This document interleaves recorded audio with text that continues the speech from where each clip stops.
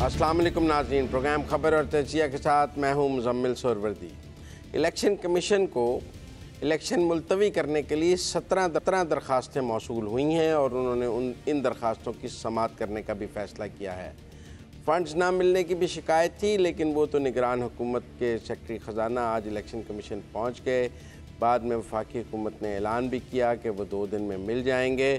नहीं तो एक तरफ पैसे नहीं मिलने थे, दूसरी तरफ 17 दरख्वास्तें आ जानी थीं और मैं बहुत परेशान था कि इलेक्शन मुलतवी करने की बात करनी तो सिर्फ अपनी बेगम से है, तो ये सब हो क्या रहा है। बहरहाल प्रोग्राम के पहले हिस्से में इन 17 दरख्वास्तों के हवाले से भी बात करेंगे और ये भी अहम है कि इलेक्शन कमीशन को पैसे मांगने क्यों पड़े। तो ऑटो पे नहीं होना चाहिए था निगरान हुकूमत को, जब तक चीफ इलेक्शन कमिश्नर ने ख़त ना लिखा, मीडिया में ना आया, तब तक वो पैसे देने की तरफ राग़िब भी नहीं हो रही थी निगरान हुकूमत।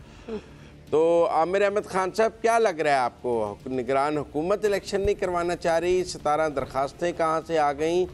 कौन इलेक्शन मुलतवी करवाना चाह रहा है पाकिस्तान में? मेरा नहीं ख्याल मुज़म्मिल कोई भी इलेक्शन मुलतवी करवाना चाह रहा है, लेकिन मेरा ख्याल है ये जो निगरान हुकूमत ख़ुद से पैसे नहीं जारी करी थी ना, उन्होंने मेरी और आपकी अक्सर बहस जो हमारी होती रहती है वो शायद सुन ली, जिसमें आप कहते हैं कि जी एक मुकम्मल हुकूमत होती है निगरान हुकूमत, मैं कहता हूँ जी मुकम्मल नहीं होती है और इसका बड़ा महदूद दायरा कार होता है।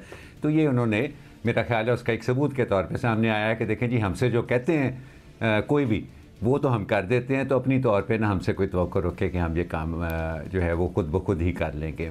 बहरहाल मैं समझता हूँ कि कोई भी ऐसा काम, देखें ना अब ये फ़ंड्स वाला मामला जो था, जब सूबाई हुकूमतों के इलेक्शन होने थे उस वक़्त भी फ़ंड्स नहीं मिलने थे, लेकिन उस वक़्त बड़ी फरमाबरदारी में से इलेक्शन कमीशन ने मान लिया था कि हाँ जी फ़ंड्स नहीं है तो हम इलेक्शन कैसे करा सकते हैं। इस दफ़ा बड़े नोटिस जारी किए उन्होंने और मजबूर किया वज़ारत ख़जाना को कि 2 दिन के अंदर अंदर फ़ंड जारी करे। तो पाकिस्तान में जो काम होने होते हैं मुज़म्मिल साहब, वो हम सबको पता है कि ऐसे ही होते हैं और इस तरह की हरकतें जब होती हैं तो मुझे कोई ख़ास उनके ऊपर परेशानी या मायूसी की बजाय ना मुझे एक मानूसियत सी महसूस होती है और वो मैं अपने कम्फर्ट जोन में वापस चला जाता हूँ कि हाँ ये वही मुल्क है जिसके अंदर मैंने सारी उम्र सहाफ़त की हुई है और जिसको मैं जानता हूँ। रही बात ये जो 17 पिटिशन्स की है, तो मेरा ख़्याल है देखें कोई ना कोई दरवाज़ा जो है वो कुछ ना कुछ क्वार्टर्स हमेशा खुला रखते हैं एज़ अ प्लान बी। तो मुझे नहीं पता ये कौन क्वार्टर, ये इंडिविजुअल्स भी हो सकते हैं, छोटी मोटी सियासी जमातें भी हो सकती हैं, क्योंकि इन दरख्वास्तों के अंदर जो वजह बनाई गई है इलेक्शन कमीशन से इन अपीलों की कि इंतखाबात अभी थोड़ी और आगे कर दिए जाएँ भी ना कराएँ, वो मेरे नहीं ख्याल कोई बहुत उनमें वज़न है। कुछ मामला है मौसम का और कुछ सिक्योरिटी सूरत हाल का, और दोनों ऐसी चीज़ें हैं जो ज़ाहिर है कि इलेक्शन कमीशन के बस की बात तो नहीं है। बहरहाल अच्छा किया उन्होंने कि भी उनकी दरख्वास्तें सुन लें, उनकी भी बात सुन के फिर जो भी फ़ैसला करना है, क्योंकि फ़ैसला इस तरह की अपीलों के हक़ में करना बहुत मुश्किल हो गया इलेक्शन कमीशन, क्योंकि ये बात फिर सुप्रीम कोर्ट तक जाएगी। सुप्रीम कोर्ट जो है वो बिल्कुल किसी भी किस्म के इबहाम के बग़ैर ये कह चुका है कि 8 फरवरी से एक दिन भी ये इलेक्शन आगे नहीं जाने चाहिए। इसलिए मेरा नहीं ख्याल कि अपनी इस मामदीद के में इलेक्शन कमीशन कोई भी इस मामले के ऊपर फ़ैसला कर सकेगा।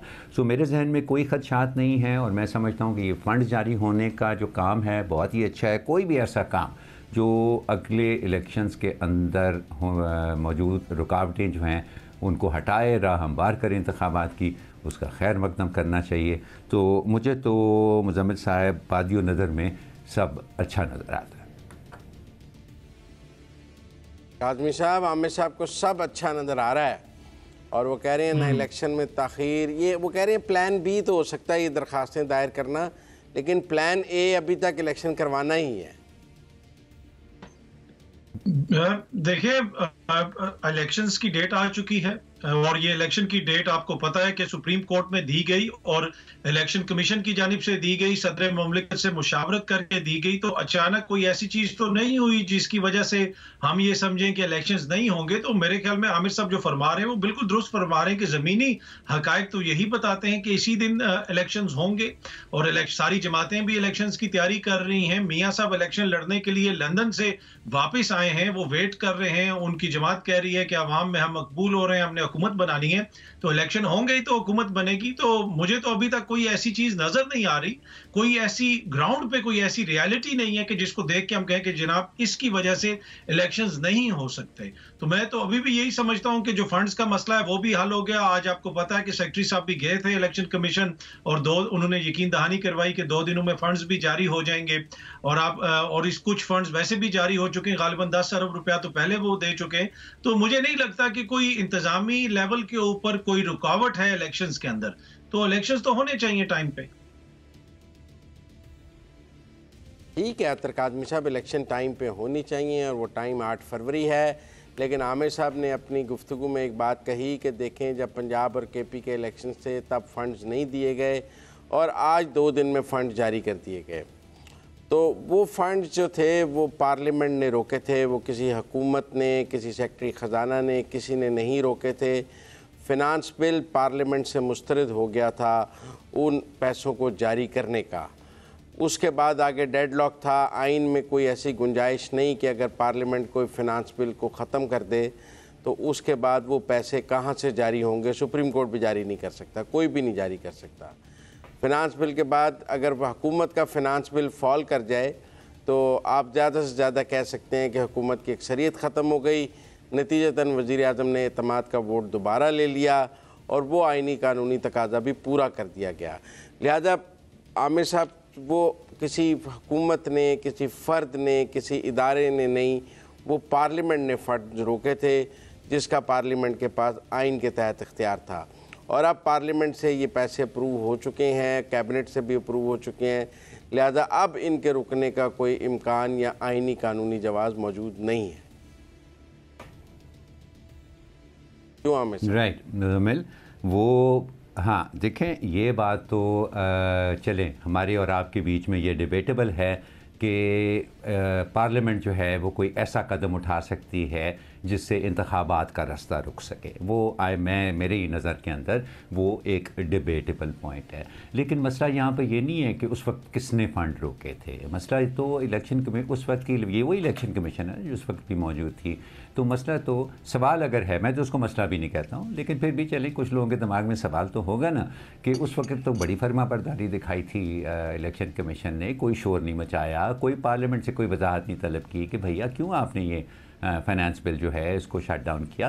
कोई उन्होंने इसकी वजाहत, कानूनी वजाहत के लिए ही सही, चले वो फैसला अपटन करने के लिए ना सही, लेकिन कानूनी वजाहत के लिए ही किसी आला अदालत के पास नहीं वो गए कि जी बताएं आइन का मामला है, अब इससे पहले कि इलेक्शन कमीशन पर उंगलियां उठें कि ये क्यों नहीं हो रहा ये काम, ये कुछ वजाहत कर दी जाए कि क्या पार्लियामेंट जो है वो इस तरह से इनकार कर सकती है पैसों के, जबकि आइन के मुताबिक एक इलेक्शन 2 सूबाई असम्बलियों के होने चाहिए। तो वो जो खामोशी है ना, उस खामोशी के ऊपर सवाल है। शायद उस वक्त इलेक्शन कमीशन को भी ये समझ आ गई होगी कि अभी इलेक्शन का माहौल नहीं है और 2 सूबों के अंदर इलेक्शन नहीं कराए जा सकते, अगर होंगे तो कौमी और सूबाई असम्बलियों के इलेक्शन इकट्ठे होंगे, इसलिए उसने खामोशी से वो फंड्स का ना जारी होना जो है वो कबूल कर लिया। और आज क्योंकि मामला थोड़े से फ़र्क हैं इसलिए उन्होंने बड़े अपने दांत भी दिखाए और उसका फौरी आपने देखा है कि असर भी हुआ कि 2 दिन के अंदर अंदर उनको वादा किया गया कि इलेक्शन कमीशन का। बहरहाल मुज़म्मिल, ये अब इस बहस का फ़ायदा क्या, वो जो होना था वो हो गया, वो जो आइन से खिलाफ वर्जी होनी थी वो हो गई, बारी अतर वो साहब की है, पार्लियामेंट ने लेकिन की, वो हुकूमत ने की, वो किसी और ने की। जी जी मियां साहब की है जी। मैं उसको आइन की अतर साहब की बारी है, नहीं तो मैं इसका जवाब बाद में दूंगा। आप क्या फिर अतर साहब कहेंगे आप मुझे मेहमान बुलाते हैं और बोलने का मौका नहीं देते। जी अतर भाई। जी देखिए, मैं आमिर साहब से इत्तेफाक करता हूँ। यहाँ पे अभी तो हम कह रहे हैं कि जी वक्त पे इंतखाबात होने चाहिए, लेकिन वक्त पे तो इंतखाबात नहीं हुए। हम पहले ही वो जो आइन के अंदर एक तयन किया गया है जिस तारीख का या जिस अरसे का, उसके अंदर इंतखाबात नहीं हुए और 2 सूबों में इंतखाबात नहीं हुए। फिर उसके अंदर आपने कहा कि जी पार्लियामेंट ने किरदार अदा किया था, वो पार्लियामेंट थी क्या? पार्लियामेंट इस तरह का किरदार अदा करती है जहां पे खड़े होकर लोग कहें व्हाट इलेक्शंस? ये क्या जमहूरी सोच होती है? क्या कहें कि जनाब आप करवा लें इलेक्शन? सिर्फ पार्लियामेंट नहीं, हुकूमती वुज़रा जो हैं वो टीवी पे बैठ के कहते रहे कि आप करवा लें इलेक्शंस, बेशक सुप्रीम कोर्ट का हुक्मनामा भी आ गया, उसको भी हम नहीं मानते। तो बड़ा अनफॉर्चुनेट, ये जो पाकिस्तान की सियासी तारीख के गुज़िश्ता 2 बरस हैं, ये बदकिस्मत तरीन और तारीख तरीन हमारा दौर है, जमहूरी दौर। इसमें जैसे जमहूरी जमातों ने जमहूरियत का मजाक उड़ाया, उसकी दुनिया की तारीख में कोई नजीर नहीं मिलती है। और सब कुछ जमहूरियत के नाम के ऊपर किया गया। आपने पार्लियामेंट की बात की, क्या पार्लियामेंट के बनाने का मकसद और आइन की रूह यह है कि वहां पे ऐसी ऑपोजिशन हो जैसे राजा रियाज साहब थे? क्या उस पार्लियामेंट की रूह या पार्लियामेंट आइन की रूह के मुताबिक पार्लियामेंट को इस तरीके से चलाया जाता है कि स्पीकर साहब को हम कहेंगे कि इसके इस्तीफे मंजूर कर लो, उसके इस्तीफे मंजूर ना करो, लंदन से हम मंजूरी ले लेंगे? तो बड़ा हमने अनफॉर्चुनेट साइड देखी है हमारी जमहूरियत की और हमारी जमहूरी जमातों की, और उसमें जितने भी लोग इक्तदार में थे वो सब उसका हिस्सा थे। अब हम उम्मीद करते हैं कि चीजें बेहतरी की तरफ जाएंगी, और उसका पहला स्टेप ये है, ये जो ताखीर से होने वाले इलेक्शंस हैं जो आईनी मुद्दत के तहत नहीं हुए थे, लेकिन अब जो भी इनकी तारीख आई है उसके तहत कम से कम ये इलेक्शन हो जाने चाहिए ताकि चीजें फिर बेहतरी की तरफ जाएं। अतर कादमी साहब, आप तस्वीर का एक रुख ऐसा पेश करते हैं कि दूसरे रुख को आवाम से छुपा लेते हैं। पाकिस्तान की अदलिया ने एक ही जमात पर आइन तोड़ने का इल्ज़ाम लगाया है और उनको आइन तोड़ने का सर्टिफिकेट दिया है। पाकिस्तान की आला अदलिया ने वो वज़ीर आज़म इमरान ख़ान को दिया गया है कि उन्होंने पाकिस्तान का आइन तोड़ा, जब उन्होंने अदम एतमाद पर वोटिंग को के बजाय असम्बली तोड़ दी, जबकि अदम एतमाद पेश हो चुकी थी। और दूसरा, सदर आरफ अलवी को आइन शिकन कहा गया है कि उन्होंने आइन तोड़ा है। इसके अलावा तो पाकिस्तान की अदलिया ने किसी को अभी तक आइन शिकन नहीं कहा। दो ही अफराद को ये आइन तोड़ने का सर्टिफिकेट पाकिस्तान की आला अदलिया से मिला है, लेकिन अफसोस के आला अदलिया ने उसके बाद उनके ऊपर आइन तोड़ने की कार्रवाई नहीं की है। अगर वो कर देते तो आज अतर साहब को काफ़ी तसल्ली हो जाती, वरना और किसी जमात और किसी सियासी लीडर पर पाकिस्तान की अदलिया ने आइन तोड़ने का इल्ज़ाम नहीं लगाया है।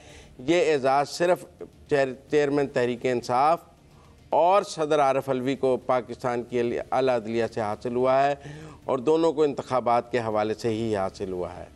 तो इसलिए मैं समझता हूँ कि बाकी आपकी मर्ज़ी है, आप जिसको मर्ज़ी आइन शिकन कहें, आपकी अपनी ख्वाहिश है, सोच है, आप जिसको मर्ज़ी आइन शिकन कहें, लेकिन मैं तो आला अदलिया के फ़ैसलों को देखते हुए कहूँगा कि पाकिस्तान की आला अदलिया ने 2 ही लोगों को आइन शिकन करार दिया है।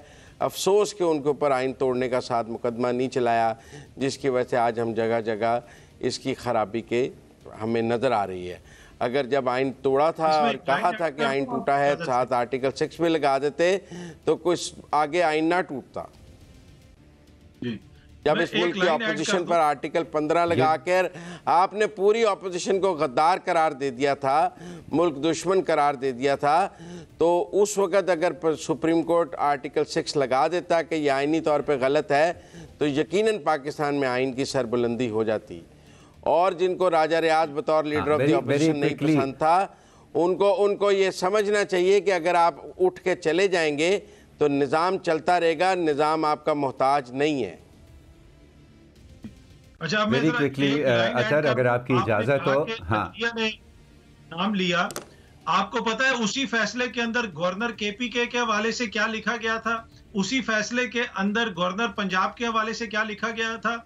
और पहले जब माजी में कोई फैसला आता था, उसमें जो इजाफी नोट या इख्तलाफी नोट हो, उसके ऊपर आप 4-4 दिन प्रोग्राम करते रहते थे। मौजूदा जो फैसला आया उसमें जस्टिस अतर मिनुल्लाह साहब का इजाफी नोट आपने नहीं पढ़ा? उसके अंदर क्या कुछ लिखा है, किन शख्सियात का, किन जमातों का जिक्र है, उसमें तो सारा जिक्र है। अदलिया ने तो बताया कि किस ने आइन की तहत अपनी जिम्मेदारी पूरी नहीं की। और पिछला जो फैसला था उसके अंदर तो गवर्नर केपीके के हवाले से कहा गया कि उन्होंने अपनी आइनी जिम्मेदारी जो है वो नहीं निभाई, उसके उन्होंने मुनाफी काम किया है। तो ये तो सारी चीजें अदलिया ने लिखी हुई हैं अपने फैसले के अंदर। वजह यही है कि जो आपने अर्ज किया, जिस तरह आपने फरमाया और मैं अर्ज कर रहा हूं कि आप कहते हैं कि उस दिन वो लग जाना चाहिए था, तो इस फैसले के अंदर भी तायुन होना चाहिए था ना। जिन लोगों ने इलेक्शंस रोके, तो इधर भी उन लोगों का एहतसाब होना चाहिए था जो जस्टिस अतर मिनुल्लाह साहब ने अपने इजाफी नोट के अंदर लिखा है, तो उसका भी थोड़ा सा आप जिक्र कर लें, उस पर भी रोशनी डाल लें। अच्छा मुजम्मिल, आप वाइंड अप करने से पहले मैं थोड़ी सी बात ऐड करना चाह रहा हूँ।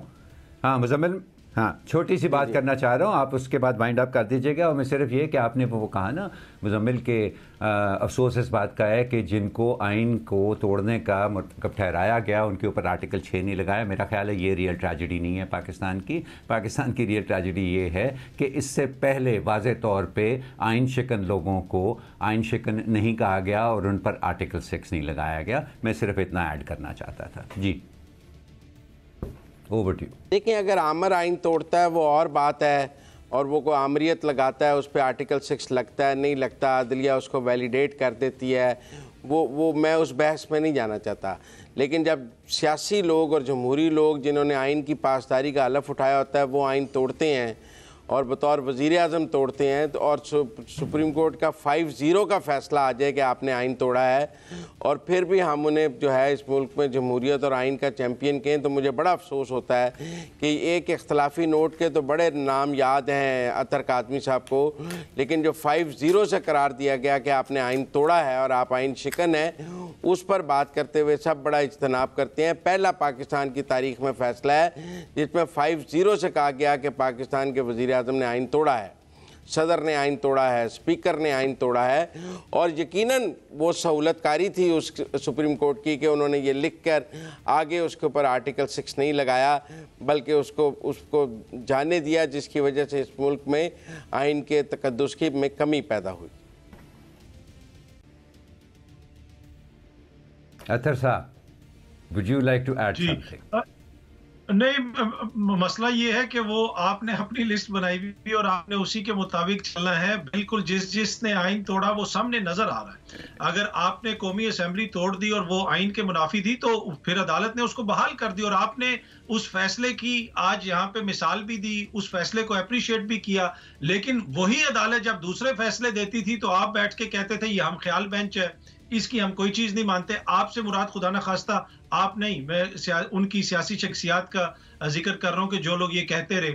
और उस वक्त तो वो कहते थे कि वो जब एक और फैसला आया तो वो कहते थे इसको तो हम मानते ही नहीं, ये तो 4-3 का फैसला है, ये 5-2 का फैसला है। उस वक्त उनको अदालत वो नजर नहीं आती थी। तो प्रॉब्लम ये है कि जो ऐनक उन्होंने लगाई हुई है जमहूरियत की, उसके मुताबिक उनको अपनी मनपसंद बस जमहूरियत पसंद है। और इसमें यह भी मैं ऐड करना चाहूंगा, यहाँ पे सारी सियासी जमातों का किरदार है। जब आप हुकूमत में होते हैं उस वक्त आपको ना जमहूरी असूल नजर आते हैं, ना उस वक्त आपको अवाम के हकूक नजर आते हैं। आप जो अवाम के साथ करते हैं, जो दीगर लोगों के साथ करते हैं, वो तमाम अक्रॉस द बोर्ड में बात कर रहा हूँ। खान साहब के दौरे हुकूमत में भी कोई दूध शहद की नहरें नहीं बह रही थी, उस वक्त भी हालात ऐसे ही थे। जमहूरियत कितनी मजबूत थी, क्या बुनियादी हुकूमतें या फिर जिसे आप कह सकते हैं बल्दियाती हुकूमतें कायम हुई थी। तो ये बहुत सारे इश्यूज हैं, पर मसला ये है कि जब इक़्तिदार से हम निकलते हैं तब हमें जमहूरियत याद आती है, या जब हम इक़्तिदार में होते हैं जो हम कर रहे होते हैं वही हमारी नजर में जमहूरियत होती है। आमिर साहब, you have 1 minute. Okay Muzammil, मैं समझता हूँ कि बात आगे की करनी चाहिए। इंतखाबात आने वाले हैं। देखें, ये मसले अगर इतने सालों में अंदर तय नहीं हो सके ना कि डिक्टेटर जो है उसको नहीं हम सजा देते हैं आइन तोड़ने की, और फिर सियासतदान जब इस तरह की कोई हरकत करता है जैसे नहीं करनी चाहिए तो हम सारे शुरू हो जाते हैं इस तरह की बातें करना, और फिर मदलिया के से भी चाहते हैं कि वो इस मामले को आगे तक लेकर जाए। इस बहस में पढ़ने का मैं समझता हूँ फ़ायदा कोई नहीं है। इंतखाबात आने वाले हैं, मुझे 8 फरवरी का इंतज़ार है। पोलिंग बूथ में मैं होऊंगा, मेरे हाथ में एक पर्ची होगी जी, और मेरे दूसरे हाथ में एक स्टैंप होगी। कोई ना मेरे सर पे फौजी खड़ा होगा, ना पुलिस वाला, ना सियासतदान। मैं जिसका चाहूँगा उसके ऊपर मैं ठप्पा लगाऊंगा। यही असल जमहूरियत, यही है जी, आगाज़ यही है। उसके बाद हम उसका क्या बनाते हैं हम देख लेंगे। इस वक्त हमें सिर्फ़ और सिर्फ आगे सोचना चाहिए। बात आपकी बिल्कुल ठीक है, लेकिन मैं फिर भी कहूँगा कि हम ख़ुद किसी को आइन शिकन नहीं कह सकते। अगर सुप्रीम कोर्ट ने पंजाब और केपी के इलेक्शंस ना होने पर किसी को आइन शिकन करार दिया है, कोई 14 मई के फ़ैसले के बाद उन्होंने उसके ऊपर कोई तौहीन अदालत की कार्रवाई की है, तो आप ज़रूर बात कर लें। और अगर वो इलेक्शन आइन कानून के तहत रोके गए पार्लियामेंट से, तो फिर सुप्रीम कोर्ट भी बेबस हमें नज़र आया, क्योंकि वो पार्लियामेंट के आगे सवाल फिर पार्लियामेंट की बालादस्ती और अदलिया के दरमियान हमने लड़ाई देखी। वो सू मोटिव गलत था, उस सू मोटिव ने पाकिस्तान के आइन का हुलिया भी बिगाड़ा और पाकिस्तान में इंतखाबात की राह भी रोकी। बहरहाल मुझे ब्रेक लेनी है, ब्रेक से वापस आते हैं तो अगले टॉपिक की तरफ जाएँ।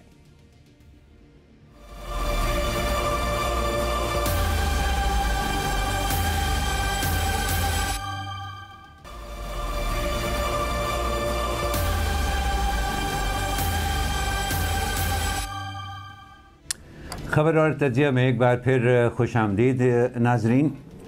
और इंतखाबात से पहले जो मुल्क में सूरत हाल होनी चाहिए, जो सियासी सूरत हाल मुल्क में होनी चाहिए, उसकी झलकियाँ हमें नज़र आना शुरू हो गई हैं। हमारे कुछ सियासतदान मौका पाते ही अपनी तसादम की सियासत को आगे बढ़ाने की कोशिशों में हमें लगे नज़र आ रहे हैं, और कुछ ऐसे जो सियासी यारी दोस्तियाँ आगे बढ़ाने की कोशिश कर रहे हैं। अब पाकिस्तान में तसादम की जो सियासत है उसके ऊपर तो अक्सर बातचीत होती रहती है, तो आज हमारा दिल था कि ज़रा ये दोस्ती यारी वाली जो सियासत है इसके ऊपर भी ऐसी बात हो जाए। और ख़बर ये है कि मौलाना फजलुर रहमान की एक बार फिर नवाज शरीफ साहब के साथ मुलाकात हुई है, और उस मुलाकात के बगैर किसी तफसील में जाए हुए जो ऐलान सामने आया है वो ये है कि दोनों रहनुमाओं के बीच में मिलकर आगे बढ़ने का फ़ैसला जो है वो किया गया है। अब अगर देखा जाए तो जमीयत उलमाए इस्लाम का जो सियासी वजूद है, जो थोड़ा उनका सियासी असर रसूख है, वो या तो बलूचिस्तान में है या खैबर पख्तूनख्वा में है, और ये दोनों ऐसे सूबे हैं जहाँ पाकिस्तान मुस्लिम लीग नमाज 8 फरवरी को बराह रास्त JUIF के मद्दे मुकाबिल होगी इंतखाबी मैदान के अंदर। तो इससे सवाल ये उठता है, अतर काज़मी साहब आपसे मैं शुरू करना चाहूँगा कि मेरे जहन में एक सवाल ये उठता है कि ये इकट्ठे साथ चलने का फ़ैसला जो है ये हमारे इन रहनुमाओं को कहाँ ले जा सकता है? ये इकट्ठे चलने में इनकी मंजिल क्या है अतर? जी, मंजिल इनकी बिल्कुल वाज़ेह है और साफ है, और वो है इक़्तिदार हासिल करना है, और वही मंजिल है, वही जो है मंजिल इनको मकसूद है, और उसी की जदोजहद आपको नजर आती है। अगर इन्होंने आवाम को किसी जगह पे पहुंचाना हो तो फिर थोड़ी सी मुश्किल हो सकती है, इसलिए कि फिर पूरा काफिला अपने साथ लेके चलना है। अब यहाँ पे मौलाना साहब की जो मुलाकात है इसमें कुछ चीजें बड़ी इंपॉर्टेंट है। एक तो ये है कि मौलाना की जमात की और मौलाना की ये ख्वाहिश है कि अगला जो सेटअप होगा उसमें वजीर आजम के हवाले से तो हम बहुत ज्यादा बहस कर रहे हैं कि ये शख्सियत वजीर आजम होगी, मियाँ साहब चौथी दफा वजीर आजम होंगे, लेकिन सदर के ऊपर हम ज्यादा बहस नहीं हो रही कि सदर ममलिकत कौन होंगे। अब मौलाना की ख्वाहिश है कि उनको सदर बनाया जाए, और PDM को जिस तरह वो साथ लेके चले और जिस तरीके से इमरान खान की हुकूमत का खात्मा हुआ, तो इससे तो इनकार नहीं किया जा सकता कि JUIF का किरदार था। लेकिन क्या मौलाना को सदर बनाया जाएगा? दूसरी तरफ जिन हालात का सामना इस वक्त जरदारी साहब को है, उनकी भी कोशिश ये है कि सिंध में मैंडेट संभाला जाए और सदर का जो ओहदा है उसके लिए लॉबिंग की जाए। जरदारी साहब भी सदर बनना चाहते हैं, मौलाना साहब भी सदर बनना चाहते हैं, तो बुनियादी तौर पे ये उसकी लॉबिंग हो रही है। नून लीग उनको पता है कि वो इक्तदार में आ जाएगी, जरदारी साहब ने भी काफी हद तक इस चीज को तस्लीम कर लिया। इसी वजह से वो अपने बेटे के मौक़िफ़ से भी सम टाइम हमें इख्तलाफ करते हुए नजर आते हैं, क्योंकि जरदारी साहब की कोशिश है कि मैं सिंध का मैंडेट अपना किसी तरीके से बचा लूं। लेकिन ये जो दोनों शख्सियात सदर बनना चाहती हैं, तो वो हमें भी कुछ दोस्त बताते हैं कि हो सकता है कि ये जो दोनों शख्सियात हैं इनको एक ऐसा सरप्राइज मिले कि जिस तरह हम निगरान वजीर आजम के नाम के ऊपर हमें सरप्राइज मिला था, तो अगला सदर भी कोई ऐसा हो कि इन दोनों के हाथ में कुछ भी ना आए और एक बिल्कुल एक ऐसी शख्सियत आ जाए जिसको कोई एक्सपेक्ट नहीं कर रहा। राइट, तो मुज़म्मिल बड़ी दिलचस्प तस्वीर कशी कर दी अतर काज़मी साहब ने, और उनकी बातों से लगता है कि जो घाव मौलाना फजलुर रहमान को आखिरी सदारती इलेक्शन में लगे थे वो अभी उससे संभल नहीं पाए, उनका गुस्सा अभी भी उनके अंदर है। लेकिन इससे पहले कि मुझकी बात करें मुज़म्मिल, ये क्या मंजिल की बात पूछी थी मैंने अतर से, जिसका उन्होंने बड़ा एक दिलचस्प सा जवाब दिया। क्या राय है आपकी, मंजिल कहाँ है इनके इकट्ठे सफ़र की? मेरी इतलात तो ये है कि आज सिर्फ KP में सीट एडजस्टमेंट पर बात हुई है, बलूचिस्तान में अपना इलेक्शन लड़ने पर बात हुई है, और अभी सिंध पर भी कोई सीट एडजस्टमेंट पर बात नहीं हुई है, क्योंकि अभी MQM से मामला तय हो रहे हैं। अच्छा। उसके बाद अंदरून सिंध के हवाले से देखेंगे कि क्या होगा। अभी आज तो सिर्फ KP के हवाले से दोनों जमातों ने अपनी अपनी कमेटियाँ बनाई हैं, और वो KP के हवाले से सीट एडजस्टमेंट पर बात हो रही है कि आपस में मिलकर कैसे इलेक्शन लड़ा जा सकता है। तो ये इत्तेहाद तो परवेज़ खटक साहब इसका चंद दिन पहले इशारा भी कर चुके थे कि KP में JUIF और PMLN इकट्ठे इलेक्शन लड़ेंगे। उनकी कुछ हज़ारा बेल्ट्स में हैं, उनके कुछ और पॉकेट्स हैं, तो वो मिलकर इलेक्शन लड़ने की आज KP की बात है। जहाँ तक सदर पाकिस्तान के इंतखाब की बात है, तो सदर पाकिस्तान का इंतखाब तो वही जीतेगा जिसके पास चारों सूबाई असम्बलियों, सैनेट और कौमी असम्बली में अक्सरियत होगी। किसी या कोई ऐसी जमात किसी छोटी जमात का सदर लाए जिसके साथ मिलकर वो जीत सकेगी, तो ये नंबर्स जो हैं ये कौमी और सूबाई असम्बली के इंतखाबात और सेनेट के इंतखाबात के बाद ही सामने आ सकेंगे कि किसकी क्या स्ट्रेंथ है और वो उस स्ट्रेंथ की बुनियाद पर क्या कौन सा ओहदा ले सकता है। तो अभी तो चूँकि ना पार्लियामेंट्री स्ट्रेंथ सामने है, ना सूबाई असम्बलियों की स्ट्रेंथ सामने है कि किस सूबे में किसके पास कितने वोट होंगे और वो उनकी बुनियाद। देखें, ये जो सदर ममलिकत है, वज़ीर आज़म है, ये पार्लियामेंट से मुंतखब होने वाले ओहदेदार हैं, ये नामजदगियों वाले ओहदे नहीं हैं। आप वज़ीर तो नामज़द कर सकते हैं, तो ये तो वोटों का खेल है। अगर वोट फजल रहमान के जरदारी से ज़्यादा होंगे तो वो बन जाएंगे, और अगर जरदारी से के फजल रहमान से ज़्यादा होंगे तो वो बन जाएंगे, और अगर कोई बेहतर अलाइंस बना गया तो वो बन जाएगा। तो अगर 2018 में आरिफ अलवी के सदर के इंतखाब के मौके पर एतजाज़ अहसन और मौलाना फजल रहमान में से एक उम्मीदवार होता तो आरिफ अलवी सदर बन ही नहीं सकते थे। वो तो सहूलतकारी थी, 2 लोगों को खड़ा करना, और 2 लोगों को खड़ा करके आपने आरिफ अलवी को जितवाया, वरना अपोजिशन के वोट ज़्यादा थे। तो क्या कोई 3 वे फाइट हो जाएगी जिसके नतीजे में कोई एक माइनॉरिटी जीत जाएगी? तो इसलिए मेरे ख्याल में ये जो सरप्राइजेज़ के हम ओहदे देखते हैं ये नामजदगियों में देखते हैं, जहाँ कोई छोटी बाट जमात का निकल आएगा। तो इसलिए मैं अभी इसको मुझे सरप्राइज़ भी नहीं लगता। मुझे लगता है कि सदर के ओहदे के लिए जिस जमातों के पास अक्सरियत होगी वो अपना ले आएंगे। इमरान खान ने 3 वे फाइट से हासिल किया था, जरदारी साहब ने भी अक्सरियत से हासिल किया था। तो देखा जाएगा पार्लियामेंट्री इंतखाबात के बाद। It's too early to talk about it. अभी तो इंतखाबात की सीट एडजस्टमेंट पे बात हो रही है कि किस सूबे में कौन किसके साथ मिलकर चल सकता है। तो आज जो मेरी इतलात हैं वो केपी के हवाले से बात हुई। राइट लेकिन मुजम्मिल एक चीज़ थोड़ा सा मैं आपसे इसकी वजाहत चाहूँगा। देखिए, मौलाना साहब की अगर अभी तक आप सियासत देखें, एक लंबे अरसे तक वो कश्मीर कमेटी के चेयरमैन रहे। मखसूस हालात में इससे पहले 2002 में उनको वो भी शराकत के साथ उनको केपी के अंदर हुकूमत करने का एक मौका मिला, और वो भी दूसरी जमातों के साथ शराकत दारी के अंदर। मेरा नहीं ख्याल कि मौलाना फजल रहमान एक ज़हीन आदमी है, एक बड़े मंझे हुए सियासतदान है। मेरा नहीं ख्याल उनके अंदर कोई ऐसी गलतफहमी है कि वो अपने इंतखाबी बलबूते के ऊपर या अपनी आवाम के अंदर मकबूलियत के बलबूते के ऊपर कोई खातिर खा मकाम हासिल करते हैं आने वाली हुकूमत में। तो ये किसी ओहदे के लिए ही हो सकता है, जिसके तनाज़र में जो काज़मी साहब ने बात की है, बिल्कुल आप बिल्कुल बजा फरमा रहे हैं कि ये तो बाद के नंबर्स की गेम है। लेकिन इस वक्त अगर मौलाना फजल रहमान के जहन में झांकने की कोशिश की जाए तो क्या वाकई उनकी तवज्जो का मरकज़ केपी में सीट एडजस्टमेंट है, या अपने लिए मुस्तकबिल के सेटअप के अंदर कोई कश्मीर कमेटी का चेयरमैन या ओहदा सदारत या इस तरह का कोई दूसरा ओहदा जो है वो सिक्योर करने की कोशिश? Muzammil, very quickly before I go back to तरकाज़ में। नहीं, देखें, जब भी वो अगर कहीं हुकूमत में शामिल हुए हैं तो अपनी पार्लिमानी स्ट्रेंथ के सिर पर शामिल हुए हैं। ऐसा नहीं है कि उनकी जमात की पार्लियामेंट में कोई सीट ही नहीं थी और उनको घर से बुला के कोई कश्मीर कमेटी का चेयरमैन बना दिया गया है। वो पार्लियामेंट में पहुंचते हैं और उस पहुंचने अब अपनी अददी ताकत की बुनियाद पर वो पार्लियामेंट से या हुकूमत से अपना शेयर लेते हैं। आप ये बात समझें। वो मैं अब भी ये कह रहा हूँ, अभी पहली कोशिश है कि आप अपने ज़्यादा से ज़्यादा लोग पार्लियामेंट में ला सकें। वो सीट एडजस्टमेंट से ले आएँ, वो अलाइंसेस से ले आएँ, वो ख़ुद लड़के ले आएँ। जो भी आपने मिसालें दी हैं कि वो कश्मीर कमेटी कर रहे, वो पार्लियामेंट्री अक्सर में अपनी अददी ताकत की वजह से वो ओहदा उन्होंने हासिल किया कि उनके इतने लोग थे कि हुकूमत को उसकी ज़रूरत थी, तो हुकूमत ने उनको वो ओहदा दे दिया और उनकी पार्टी की वो वोट अपने हक़ में इस्तेमाल किए। तो इसलिए मैं यही कह रहा हूँ कि पहली कोशिश ये है कि आप पार्लियामेंट में सूबाई असम्बलियों में अपने ज़्यादा लोग ला सकें। जो अतर काज़मी साहब मंजरनामा पेश कर रहे हैं वो कहीं अप्रैल मई का है, क्योंकि अभी सेनेट के इंतखाबात होने हैं मार्च में। 8 फरवरी को कौमी इंतखाबात, फिर सेनेट के इंतखाबात होंगे, उसके बाद सदर ममलिकत है। सेनेट में किसकी अक्सरियत आती है? हर सेनेटर का एक वोट है, हर एमपीए का एक वोट नहीं है सदर के इंतखाब में। पंजाब में तो कुछ 40 एमपीओं का एक वोट बनता है सदारती इंतखाब में। तो इसलिए मेरा ये ख्याल है कि it's too early to talk about presidential election. अभी जो बात होगी वो 8 फरवरी के तनाजुर में हो रही है।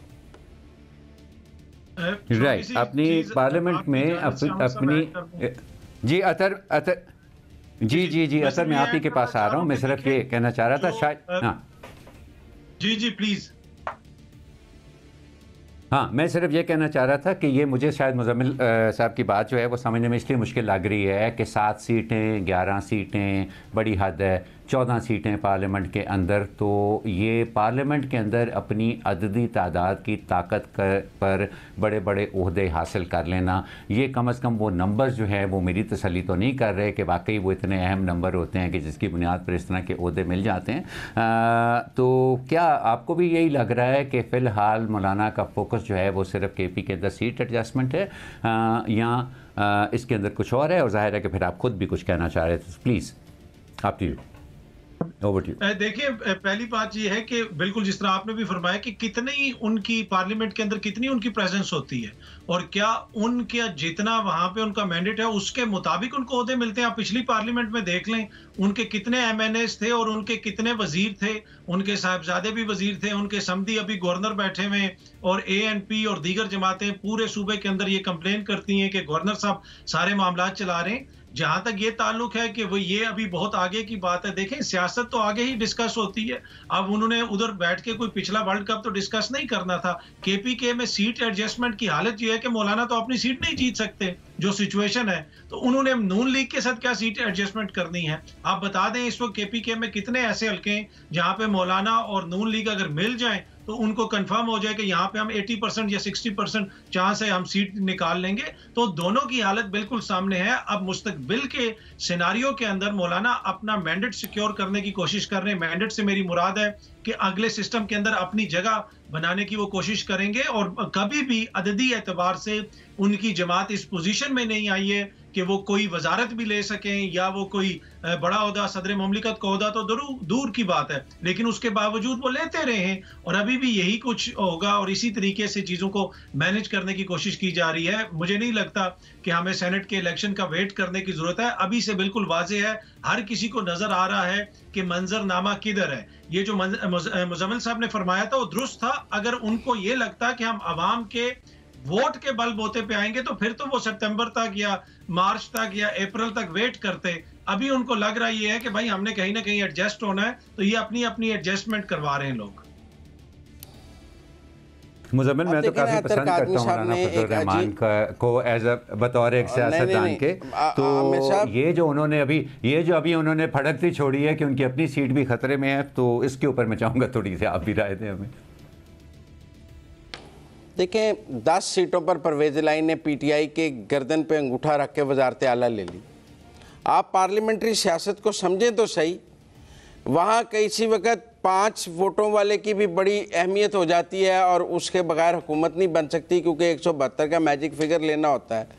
आप 10 सीटों वाले को वज़ीर आला बनाने को तैयार हैं। वो उनकी भी कौमी असम्बली में 10 सीटें थीं, तो 4 सीटों से वज़ीर आज़म मुंतखब हो रहा था, तो 10 सीटों वाली जो तीसरी बड़ी से चौथी बड़ी सियासी जमात थी पार्लियामेंट की, पहली नून, दूसरी पीपल पार्टी, तीसरी MQM, चौथी JUI, तो चौथी जमात के वज़ीर ना बनते जब इतनी अदम एतमाद के बाद हुकूमत बन रही थी। उनके 4 वज़ीरों पर आपको बड़ा एतराज़ है, तो उन्होंने 10 सीटों पर वजारत आला दे दी। 160 सीटों वाली जो PTI है उसने 10 सीटों वाले को वज़ीर आला बना दिया, क्योंकि पार्लियामेंट्री सियासत में वो अपना वज़ीर आला ला ही नहीं सकते थे उन 10 सीटों के बगैर, अगर परवेज़ इलाही को ना बनाते। तो इसलिए पार्लियामेंट्री सियासत के अपने एक तकाज़े हैं, वो नैरेटिव्स का खेल नहीं है, वो नंबर्स का खेल है। नैरेटिव्स में तो बड़ी गुफ्तगू कर ली है तर्क आदमी साहब ने, पर वो खुद पंजाब को डिस्कस करना भूल गए कि भाई 10 सीटों पे वज़ीर आला भी बन जाता है या 5 सीटों पे वज़ीर आज़म भी बन सकता है, क्योंकि ये पार्लियामेंट्री सियासत है। इसमें एक एक वोट की अपनी कीमत है।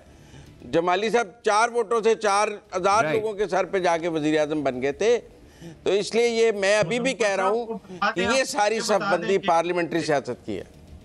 KPK के हल्के बता दें जहाँ सीट एडजस्टमेंट की बात हुई है, वो बता दें जरा। आप भी रोशनी डाल। ये भी तो कमेटियां बनी है ना। आप तो मेरा मतलब है हथेली पे सरसों। आज तो दोनों रहनुमाओं ने अपनी अपनी जमातों की कमेटियां बनाई हैं, रिजल्ट तो आने दें। आप लंदन से बैठ के मुझसे पूछ रहे हैं हल्के, अभी तो कमेटियां बनी हैं, लेट्स सी वो किन हल्कों में कर सकते हैं, नहीं कर सकते। अच्छा, लंदन। अच्छा, वेरी क्विकली इस बात से तो हाँ अतर वेरी क्विकली इस बात पे तो आपको भी इतफाक होगा कि इंतखाबी सियासत और पार्लियामानी सियासत में ये फ़र्क तो होता है, एक अवाम की मकबूलियत का खेल और दूसरा अददी खेल। इस पर तो आप इतफाक करेंगे मुजम्मिल से, नहीं?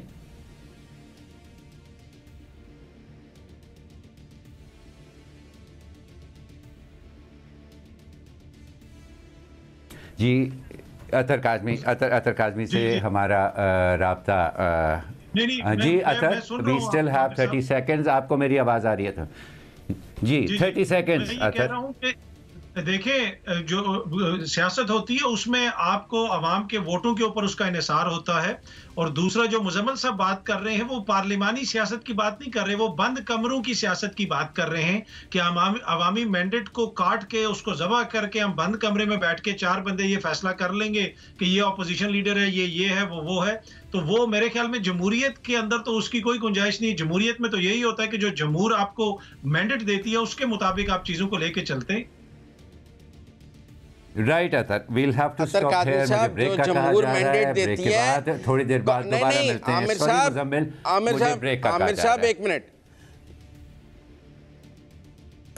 मेरे पास वक्त होता तो मुजम्मिल ज़रूर, लेकिन बार बार मुझे कहा जा रहा है ब्रेक के बाद, थोड़ी देर के बाद दोबारा मुलाकात होती है।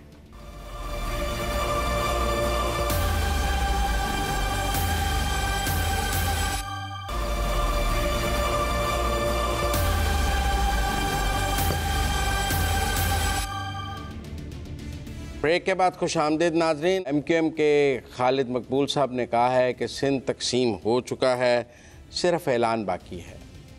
दही और शहरी सिंध का तनाज़ा कोई नया नहीं है, पुराना है। और दही सिंध की शहरी सिंध पर हाकमियत या शहरी सिंध की मजलूमियत, फिर सिंध में कोटा सिस्टम, जैसे कि बाकी 3 सूबों में ऐसा कोई कोटा सिस्टम नहीं है।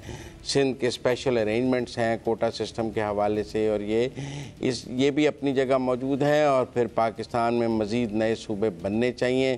तो जब पंजाब की तकसीम की बात होती है, KP में हज़ारा सूबे की बात होती है, जब बात बलूचिस्तान की तकसीम की होती है, तो जब सिंध की तकसीम की बात की जाए तो फिर धरती माँ का स्लोगन आ जाता है कि जो सिंध की तकसीम की बात करेगा वो धरती माँ की तकसीम की बात करेगा। तो बाकी सूबे धरती माँ नहीं हैं, सिर्फ सिंध ही धरती माँ है। आमिर साहब, आपका ताल्लुक़ चूँकि सिंध से है, मैंने कहा ज़रा तमहीद लम्बी बांध लूँ ताकि आपको जवाब देने में आसानी हो।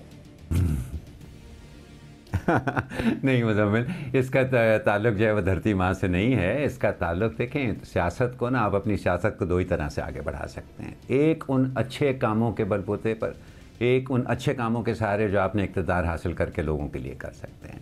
या अगर आपके पास ये ख़जाना या अगर आपके पास ये क़ुव्वत नहीं है तो फिर आप लोगों के दिलों में नफ़रत, शकुक व शुबहात, तसादुम के जज्बात को उजागर कर अपनी सियासत को आगे बढ़ाते हैं। सियासत करने का और कोई फ़ाल सियासत करने का अनफॉर्चुनेटली ख़ास तौर पे डेवलपिंग डेमोक्रेसीज़ में और कोई तरीका नहीं होता। और ये चीज़ें हम सिंध में बहुत देर से देख रहे हैं। 25 साल तो मुझे हो गए हैं सिंध के अंदर रहते हुए जी, और 25 साल से ये किस्से मैं सुन रहा हूँ कि शहरी सिंध और देही सिंध और उसके बीच में फ़र्क, और किस तरह से एक तबका अपने आप को मजलूम बता रहा है, दूसरा अपने आप को हाकिम समझ रहा है, और किसी किस्म की इस मामले के ऊपर जो है वो बात सुनने को तैयार नहीं है। यहाँ पर मौजूदा सूरत हाल जो है वो बिल्कुल मुख्तलिफ है। सिंध के अंदर जो तकसीम 1980 की दहाई के अंदर जो एक फ़ौजी आमिर के तहत ज़बरदस्ती शहरी और देही सिंध के अंदर एक तकसीम पैदा की गई थी, अब सूरत हाल वैसी नहीं है। अब सियासी तौर पर सिंध जो है वहाँ से बहुत आगे बढ़ चुका है। रही बात आपकी कम सूबों की और उसके ऊपर जो पीपल्स पार्टी का रिस्पांस होता है, उसमें मैं आपके साथ मुत्तफ़िक हूँ कि मेरा नहीं ख्याल कि उसको भी इसी तरह के जज्बात की नज़र कर देना चाहिए और धरती माँ का जिक्र करना चाहिए। बिल्कुल इंतज़ामी तौर पर इम्प्रूवमेंट होनी चाहिए, लेकिन ये जो खालिद मकबूल सिद्दीकी साहब का जो बयान है ना कि सिंध तकसीम हो चुका है, बिलान होना बाकी रह गया, ये सिर्फ वो इंतखाबी माहौल के अंदर लोगों के दिलों में शुकूक व शबहात और साजिशों के जज्बात उड़ाकर तो अपनी हिमायत बढ़ाने के एक बहाने के अलावा मैं इसको और कुछ नहीं समझता जी। अतर काज़मी साहब, आपको लगता है कि शहरी और दही सिंध की तकसीम और खलीज बढ़ती जा रही है, बजाय इसके पीपल्स पार्टी कराची का अपना मेयर भी ले आई, लेकिन फिर भी ये पीपल्स पार्टी दही सिंध की नुमाइंदा है और शहरी सिंध को ओन नहीं करती है। आप इस बात को मानते हैं? देखिए, जिस तरह मैंने पहले भी अपने जवाब में अर्ज की थी कि जरदारी साहब सिंध में अपना मैंडेट बचाने की कोशिश कर रहे हैं, और ये जो सारी चीजें एकदम से ये आवाजें उठना शुरू हो गई हैं, जरदारी साहब को भी इस चीज का इदराक है कि ये चीजें आगे किस तरफ जा सकती हैं। जहां तक ये ताल्लुक है कि कोई सिंध उसमें तकसीम है, जी तकसीम तो आपको नजर आती है, लेकिन ये तकसीम क्यों है? नाइंसाफी की वजह से। और ये सिर्फ एक जगह पे नहीं है, दीगर जगहों पे भी, दीगर सूबों में भी आपको नजर आता है। लाहौर को आप देख लें और आप जनूबी पंजाब को देख लें, सारे पंजाब का पैसा कहा जाता है कि जनाब कुछ एरियाज पे खर्च हो जाता है। इसी तरह KPK में भी शिकवे शिकायतें होती हैं कि दूर दराज इलाकों में फंड्स पहुंचते नहीं है। तो इंतजामी एतबार से छोटे सूबे होना कोई बुरी बात नहीं है। हाँ, उसके ऊपर एक कॉन्सेंसस होना चाहिए, जमहूरी जमातों को उसके ऊपर डायलॉग करना चाहिए। ये तासुर देना कि जनाब अगर इंतजामी एतबार से आप कोई छोटा सूबा बना देंगे तो खुदा न खास्ता जो है वो कोई धरती तकसीम हो गई, तो आप जनूबी पंजाब सूबे का तो आप नारा लगाते हैं, दूसरी तरफ आप कहते हैं जी मरसू मरसू, आप उस मरने मारने की हद तक जो है नारे लगाना शुरू हो जाते हैं। ऐसी बात नहीं है। आपको देखना पड़ेगा कि ये मुल्क आपने चलाना किस तरह है।